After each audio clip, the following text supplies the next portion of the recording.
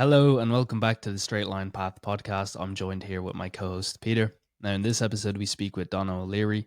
Donna O'Leary is a dual qualified solicitor and AI consultant specializing in AI literacy, risk management and employee upskilling. We had a lovely chat with Donna. We talked about all things from AI consulting, how AI is leveling the playing field for SMEs, how best to utilize AI in your business and as an individual, and much more. We hope you enjoy. Donna, thanks for coming on. To kick things off, could you give us a bit of a snapshot as to what your background is? Yeah, totally. So thanks for having me, guys. So I started my own consultancy earlier this year in April, and it basically focuses on literacy training and lots of other stuff since then because it's mushroomed, but it focuses on literacy training for law firms, in-house legal teams, and more recently just regulated industries. So I've expanded to insurance, banking, and kind of public sector type stuff. But in terms of my background, I'm originally a solicitor. So I trained and qualified at a law firm at Mason Hayes and Kern. They'd be kind of like a top 5 law firm in Dublin. So I was there for 6 years actually, before I made the move over, which is another story in and of itself, if you want me to get into it. But Yeah, well, that was going to be my follow-up. So what sparked you to move into consulting and AI? Yeah, like, do you know what? There was a few things I think going on in parallel to each other, but I actually loved my job. So like Mason Hayes was a fantastic company to work for. I had a really lovely team, which was really hard to leave. So I suppose it takes ages to even get to the point of qualifying. So it took me 6 years in total.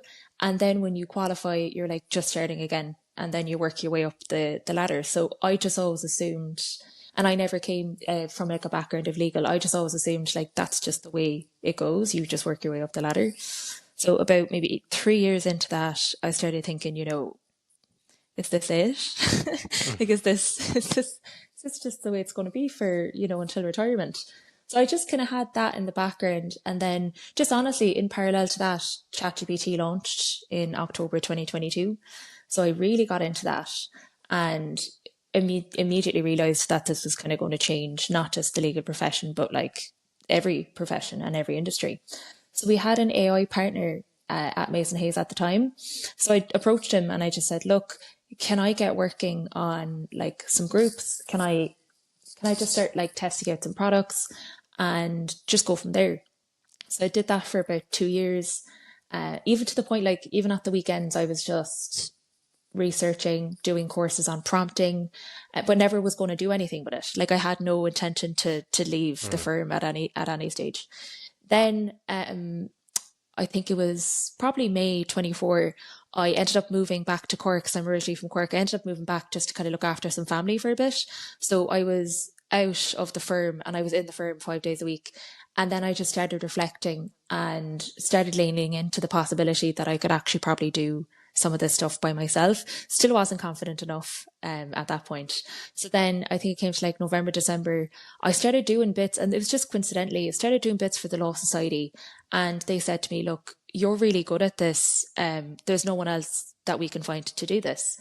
And then again, on top of that, there's now a legal requirement that was coming down the line. So in February, like 2025, that was coming up, you had to be AI literate. And people had no idea what that meant. But what I did in the background was I built out our literacy training for Mason Hayes, and I designed it and I delivered it to all the staff. So there's like 650 staff there. So I did that and that went down really well. And I just had a few friends, a few people observing, and they were like, you should totally do this.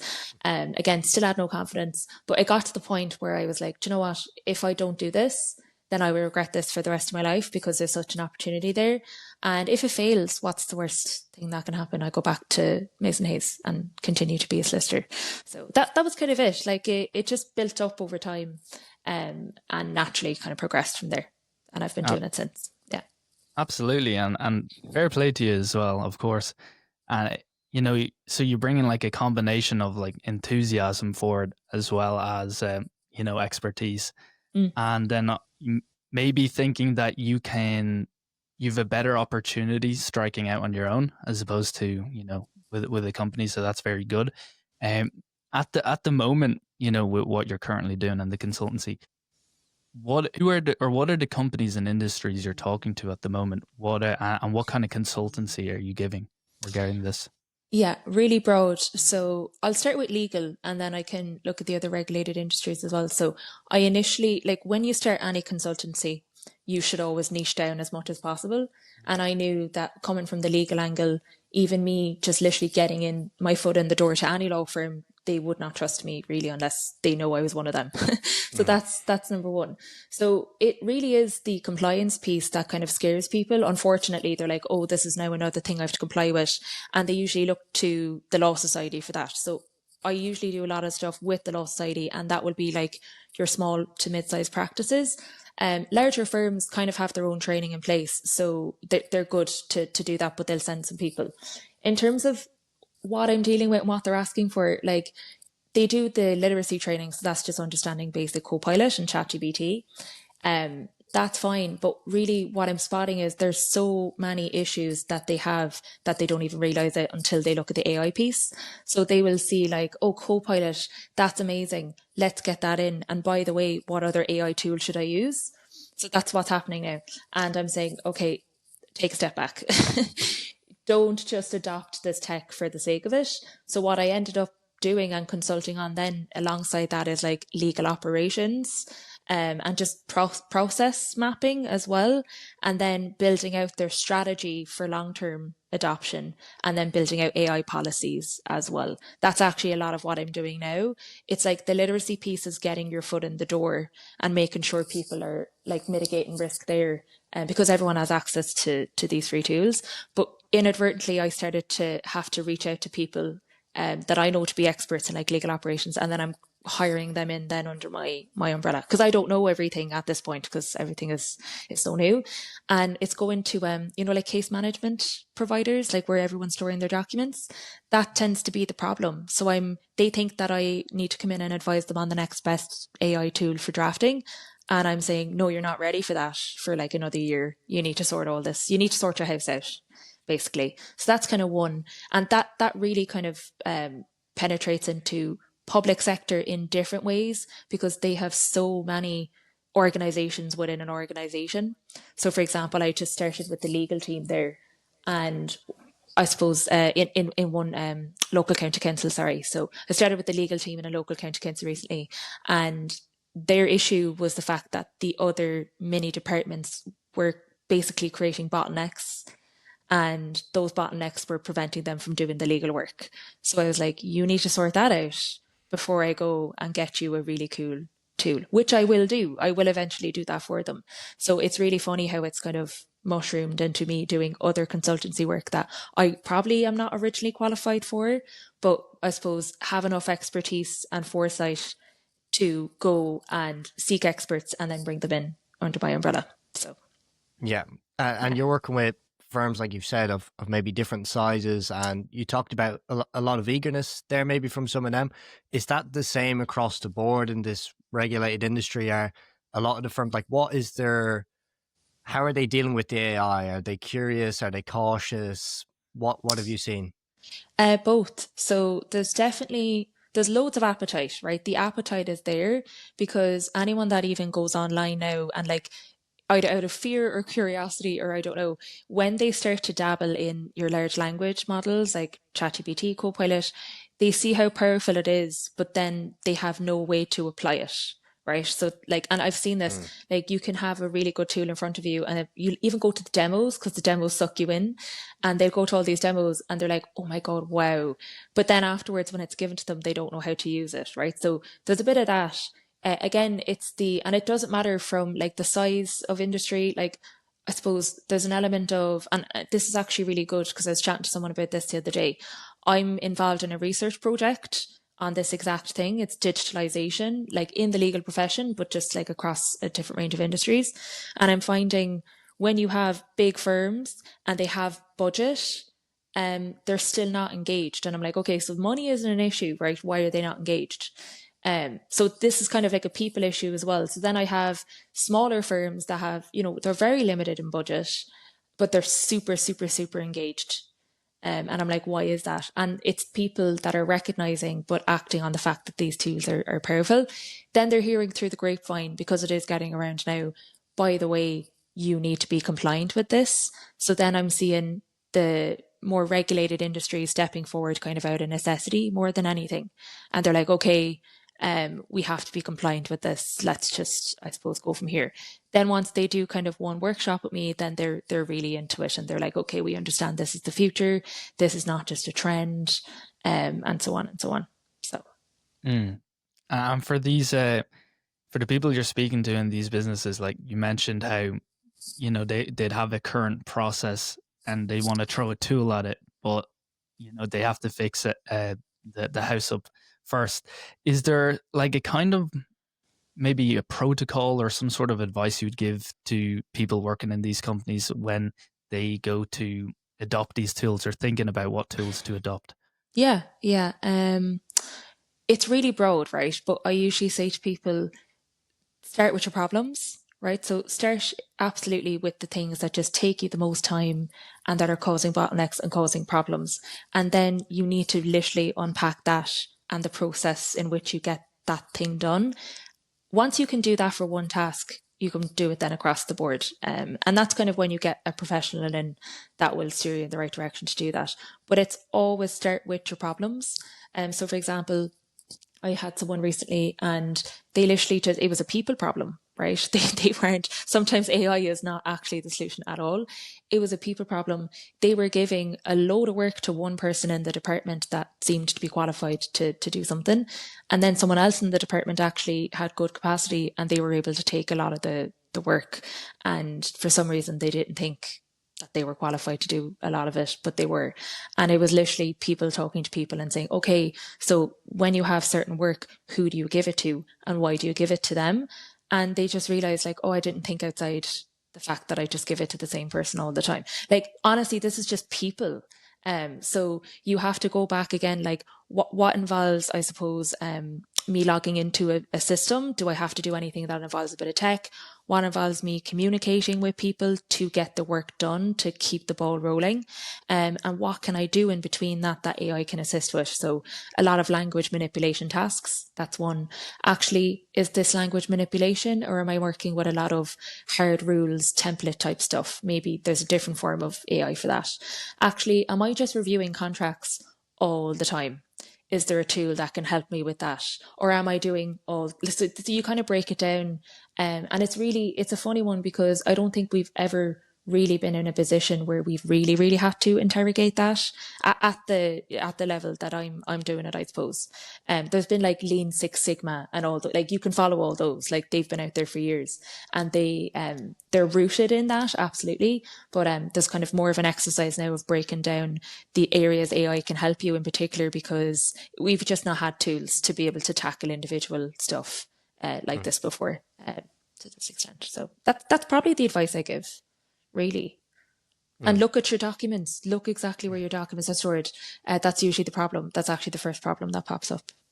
Yeah. And I think it was a good point you made about the people side of it as well. Like sometimes maybe there isn't a tool to fix that and it could just be, a people problem. But with that as well, I think everyone can see how much people are trying to throw these tools at different tasks they might have. And what, obviously there's some legal implications that come into place. I know you're almost a specialist at the EU AI Act. Could you break that down for people who maybe have no idea what this is and why it's important? Yeah, that's a great question. So the EU AI Act is essentially, it's the first comprehensive framework that the EU have established, and in an attempt, I suppose, to regulate all AI actors in the value chain, right? So that's going from deployers to providers. I'll break down what those are as well, to intermediaries, to manufacturers, and people in between, right? So it applies to everyone. People really that are going to be listening to this podcast should be deployers or providers in certain contexts. So deployer, in my view, is anyone that has access to a laptop screen and has access to the internet. And if they are working for a company and they're using free versions of like ChatGPT, Microsoft Copilot, you're a deployer. And they intentionally drafted this in a specific way to basically capture all businesses that use AI systems. And AI systems would be even free versions or paid versions of tools. So what I say to companies in terms of the literacy piece, because under Article 4 of the EU AI Act, when you are a deployer, you have a mandatory legal requirement to train your staff on AI literacy. Again, what does that mean? So you need to have a sufficient level of it.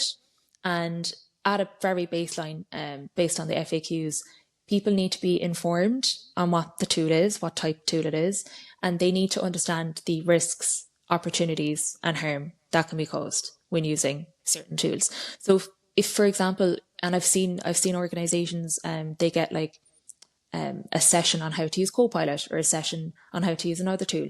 That's not going to satisfy literacy requirements. You need an actual session that brings you through, okay, hallucinations, why do they occur? This is why a hallucination happens. And even though people understand hallucinations exist, they still don't understand why they happen. So I break that down. And then by the end of the session, they nearly have like, I suppose, like a toolkit to look at exactly, and this is literacy, this all goes back to literacy. Okay, I have a research task, great, I'll use this tool. I have just a language task, great, I'll use this tool. So that's your literacy piece. There's other pieces that people should be aware of as well, that apply to deployers. So a lot of public sector bodies, they'll have a transparency requirement as well for anything that is published to the public and it's in the public interest. So a really good example there, and like it's very simple to comply with this, but it sounds really big, but it's really simple. So say you have a public sector body, they've rolled out Copilot. That's fine. They're using Copilot to assist them with drafting a planning document, and that planning document goes out into the public domain. There's no requirement to disclose the fact that you've used generative AI there to assist you with drafting, because there's an exception in the Act that basically says, provided you maintain human review and control and editing, and it's, at the end of it, the public body in question, they are standing over that's their document. It's not a document that's produced by Copilot. You don't have to produce it. But there's another transparency requirement that always applies, and it's images. So you have to disclose images.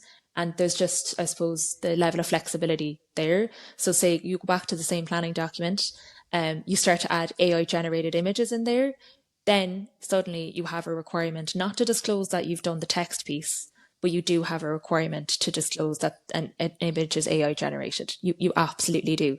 There's another kind of angle to it, but it's probably not going to assist like with public sector or regulated industries. It's just artistic or creative work. Still an obligation to disclose, but it's more flexible because they don't want to take away from the actual artistic work.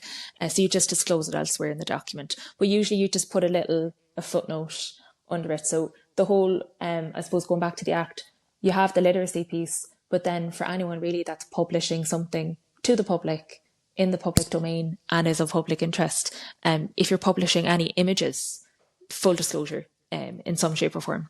And that's kind of it. Like I can get into chatbots as well because if you'd like, because they're a frequent thing that come up as well. So transparency, Article 50, you have to inform people that they are engaging with a chatbot.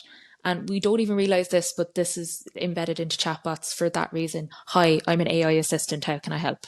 That's a transparency requirement under the Act, that they're complying with the Act there. Then they go further. So there's a distinction between, hi, I'm an AI assistant, and then they'll just direct you to, a specific link. And they're just, it's a form of RAG. They're just pulling, this is the document you asked for. Here you go. That's perfect. You're just telling them they're interacting. If the chatbot goes further and says, do you want me to give you a summary of this document? Then you have to also inform them, okay, by the way, this is AI generated output. This should not be relied on and should be reviewed by a human. So there's kind of like two sides, interacting and any outputs as well, just to root them in like practical examples. The rest of the EU AI Act, like I mostly like touch on Article 4, Article 50, and for those two examples. The rest of it is absolutely huge. Like, it's a beast. It's a total beast. So unless you're like, a provider, like a big provider, you probably need to be getting legal advice for all the other stuff. But for most people listening to this podcast, you should assume you're a deployer. And in certain instances, you can be a provider. So like if you create a chatbot, for example, you just need to make sure there's certain requirements that are met for transparency. And then finally, and most importantly, this is all regulated based on the level of risk. So you have unacceptable risk, which is prohibited. You can't use this type of tech. So social scoring, for example, high risk. This is really interesting, I think, for HR professionals. So there are specific HR tools that are high risk. And that's by virtue of the fact that the impact on your fundamental human rights is so high when it's making potentially decisions for you or how eligible you are for a job. Not a lot of people are going to deal with that, but that will come down the line. There's different transparency obligations there entirely. We're dealing with limited risk. So limited risk is your ChatGPT, your Copilot, Notebook LM, like any types of AI like that are mostly generative AI or large language models. That's when the transparency requirement kicks in. I should have been clear about that. So that's when you create your chatbots, like all that type of stuff.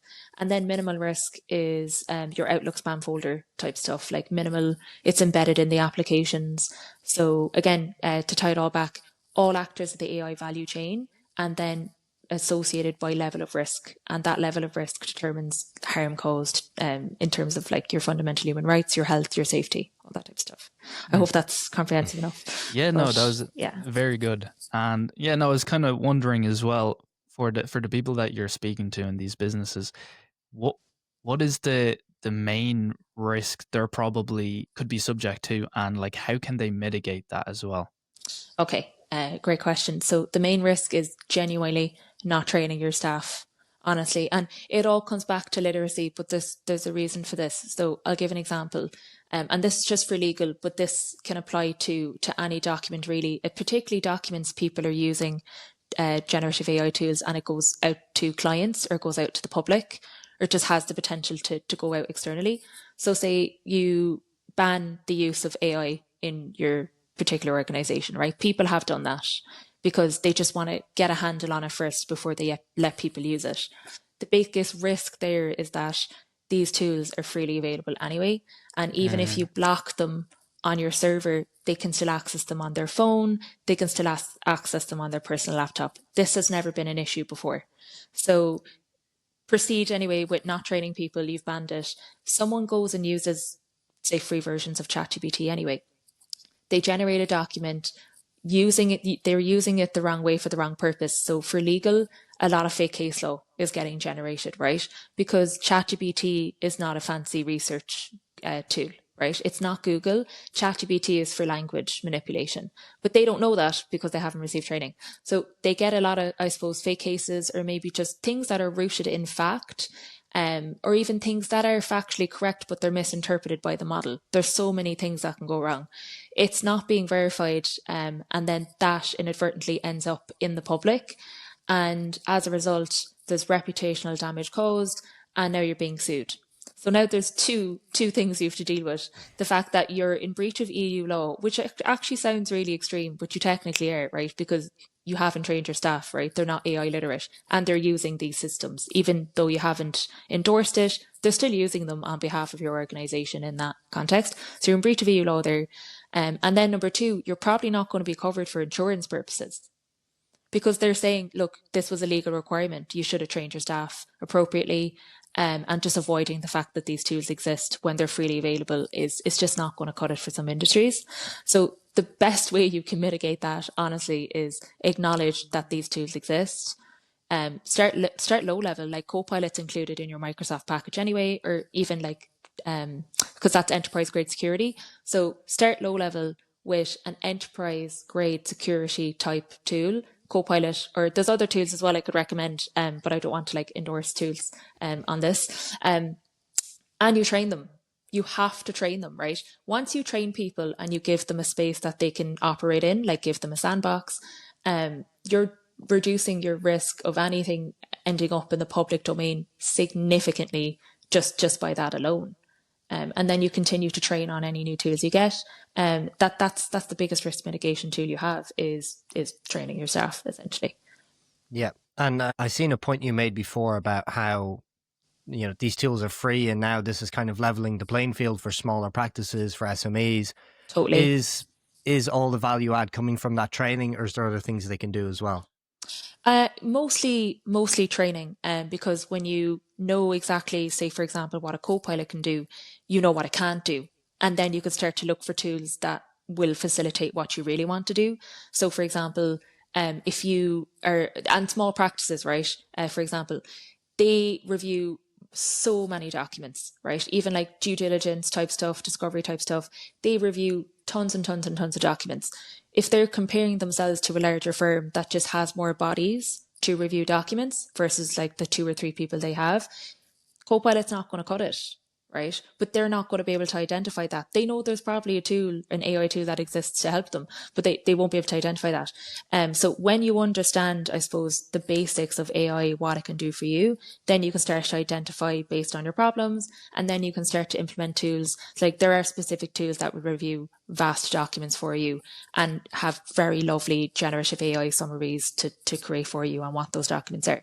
And then all of a sudden, you're able to just plow on through stuff, and have the capacity of like the equivalent of like maybe 8 people now in a small practice versus, a larger law firm. That's kind of what I meant with that. But there's so many other examples, in terms of just efficiencies that people can, for the first time ever, really kind of match, in terms of body count that you're dealing with in the bigger law firms. And just to bring it back to the EU AI Act, because I was Yeah. interested. You said it was like this big, this big act. A Yeah. lot of laws include. How do you see, these laws progressing, especially in the EU over the next few years? Do you think is there any new ones in the laws in the pipeline that they're going to be bringing out, or what's Yeah. your take on that?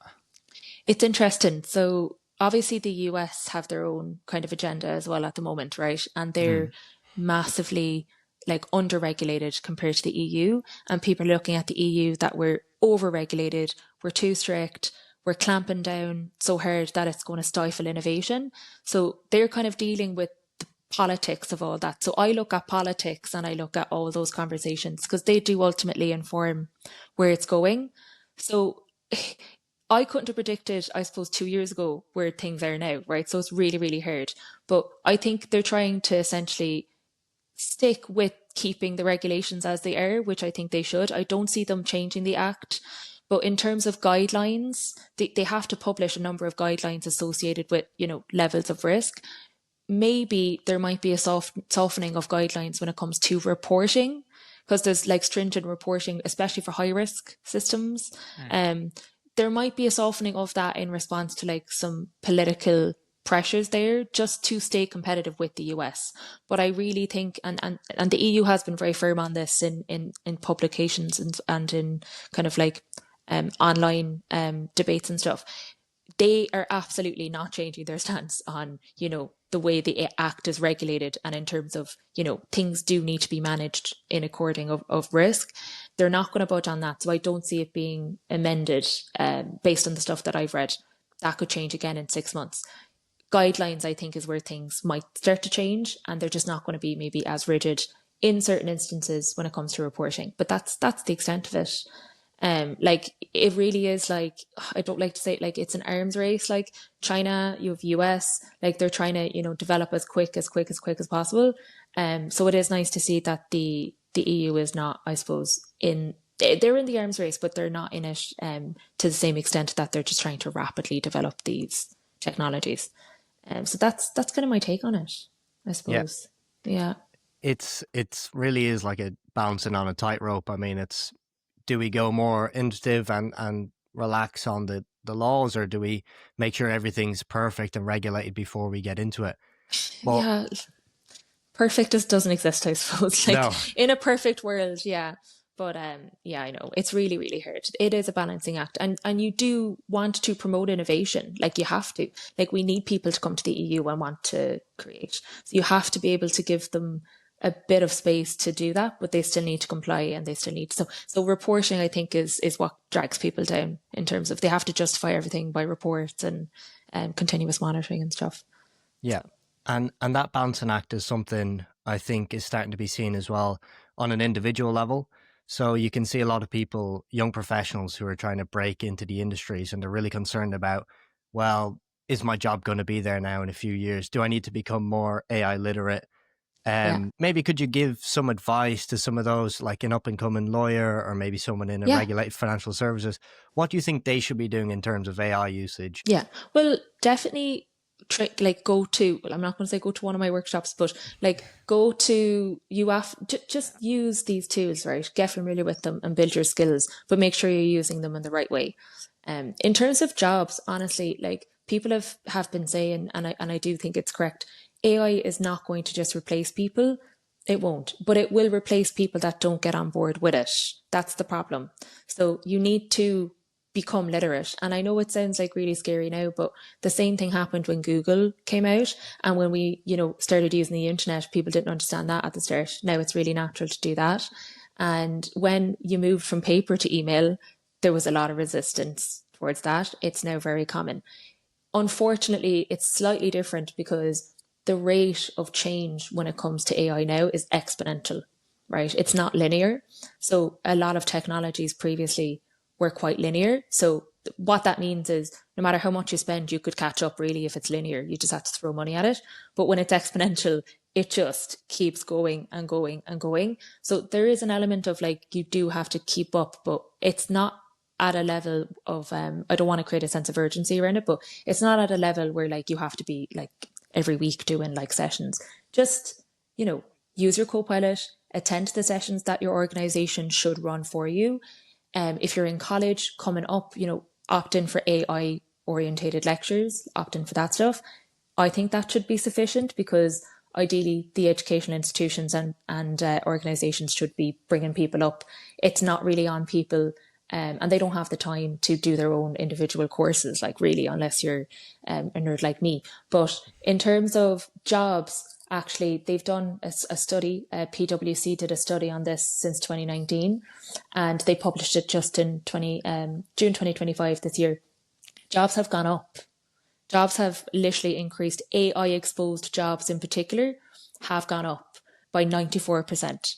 And what I mean by AI exposed is like the more exposed you are is your office workers, people that are sitting at a desk and people that are more educated are actually more exposed versus people that do a lot of hands-on work, like your mechanics, your labourers, all that type of stuff. They're less exposed because they're less reliant on the technology. So OpenAI did a study and they identified these people, but jobs have grown, and they actually said that there's now a wage premium associated, on average 54% wage premium associated with AI skills coming to a job now. And my take on the whole thing is current jobs, they're just going to evolve. Some of them might be obsolete, that's okay. But when a job is obsolete like that, a new role is created inadvertently. So people are not it's not going to be one of these things that, you're just wiped out and there's no use for you anymore. As well, from a legal perspective, there is a duty to reskill your staff. So if for some reason you don't have a use for a lot of the things your staff are doing, that could be, some things are lent a lot to automation. You have a duty to reskill. And you're heavily protected in Ireland with that, heavily, and across, certain areas of the EU. Not so much the US, unfortunately. You probably have seen, JP Morgan Chase, dumped all its employees. They hired them again in a year because they realized, okay, we kind of got this wrong. The same thing is very less likely to happen here in Ireland. I can only really speak to Ireland because our employment laws are so strong and so pro-employee. So there's a few angles, like obviously do your trainings, keep on top of it, stay prompting, but also you're not going to be replaced, in my view. My job didn't exist 2 years ago. It didn't. Like I created my own job out of this. And there's everyone else, I think, will be the same. So that's my take. I have a very optimistic and very positive view on the whole job situation. Yeah, and I think that's very true, and it's something I would share pretty much the same opinion on. Yeah. And in terms of your own consultancy as well, you know, you're doing workshops, you're having to bring subject matter experts in now as well. Uh, Yeah. what's your, if you have one, what's your kind of vision for the next year, couple of Oh, years, 5 years? you're not the first person to ask me that. So I have to hire people, right? So it's just me at the moment, right? So the plan, I suppose, in the next year is to hire people and get them to be able to do the things I do, workshops, literacy training. Then I get to focus, I suppose, on the more high value type stuff, the more consultancy type stuff. 5 years time, I think I'm going to be hopefully a bigger consultancy than what I am now. And I'm going to have a few employees and I'm going to be full service. So I'm not just going to be literacy, to be Yeah. honest. Like that's only one element. Full service, as in like you from start, you're looking at your entire tech stack, and you're making recommendations there, you're making training, and like you're supporting them basically the whole way through the process. And then I really want to get into, I suppose, strategy, future planning, and potentially, do a few spin-offs and do a few of my own companies. Who knows? But yeah, the consultancy is definitely going to grow. There's an appetite. There's a huge appetite for it. And I'm the only Irish solicitor in Ireland right now that is actually doing what I'm doing, which is insane. There's no Mm. one else. There's no one else doing it, and there's no one else targeting regulated industries, which is why I've had to expand there. So I hope it keeps going until someone else wants to join the market. Well, the very best of luck, and the future is very exciting for yourself and for the space as a whole. So, Yeah. if people want to come to your workshops, you mentioned them, people want to find out more about what you do online, where should they go?